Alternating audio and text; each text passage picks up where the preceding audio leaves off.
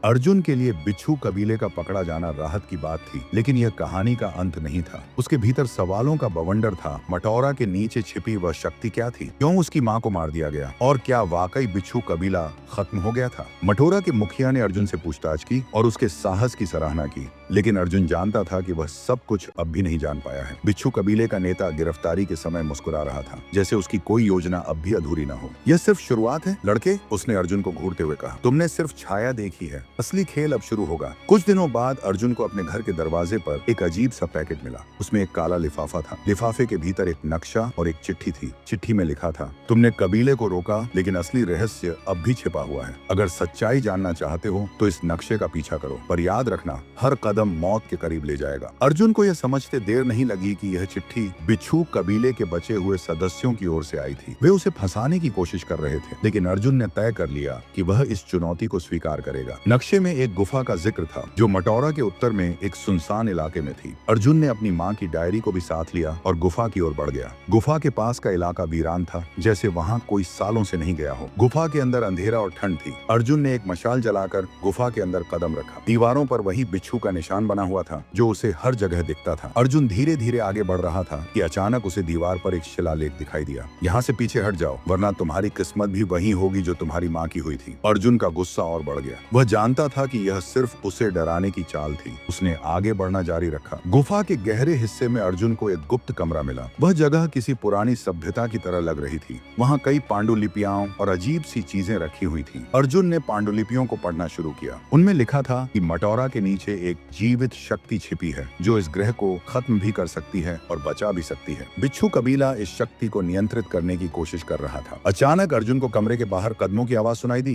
वो छुप गया। 3 लोग अंदर आए। वे आपस में बातें कर रहे थे। नेता ने कहा था कि लड़का यहाँ आएगा, हमें उसे रोकना होगा। पर अगर वह यहाँ तक पहुँच गया तो इसका मतलब है कि वह खतरा बन चुका है। अर्जुन ने उन्हें चुपचाप देखा। वे वही लोग थे जो कबीले के पकड़े जाने से बच निकले थे। अर्जुन ने सोचा कि वह कैसे इस स्थिति से बाहर निकले। तभी एक आदमी ने कहा, यह जगह हमारे लिए भी खतरनाक है, जल्दी करो, काम खत्म करना होगा। अर्जुन ने अपनी माँ की डायरी को देखा। उसमें गुफा से बाहर निकलने का एक गुप्त रास्ता लिखा हुआ था, लेकिन उस रास्ते तक पहुँचना आसान नहीं था। अर्जुन को अपनी जान खतरे में डालनी पड़ी। जैसे ही वह गुफा के दूसरे छोर पर पहुंचा, वह लोग उसे देख लेते हैं। उन्होंने अर्जुन को रोकने की कोशिश की, लेकिन अर्जुन ने अपनी चालाकी से गुफा की कमजोर दीवारों को गिरा दिया। दीवारें गिरने से गुफा में जोरदार धमाका हुआ और वे तीनों वहीं फंस गए। अर्जुन किसी तरह गुफा से बाहर निकलने में कामयाब हो गया, लेकिन उसके हाथ में एक और पांडुलिपि थी, जिसमें यह लिखा था, शक्ति मटौरा के नीचे की सबसे गहरी परत में छिपी है। इसे केवल वही पा सकता है जो अपने डर पर जीत पाले। अर्जुन ने गुफा से बाहर निकलकर चैन की सांस ली, लेकिन वह जानता था कि यह अंत नहीं था। मटौरा के नीचे छिपी शक्ति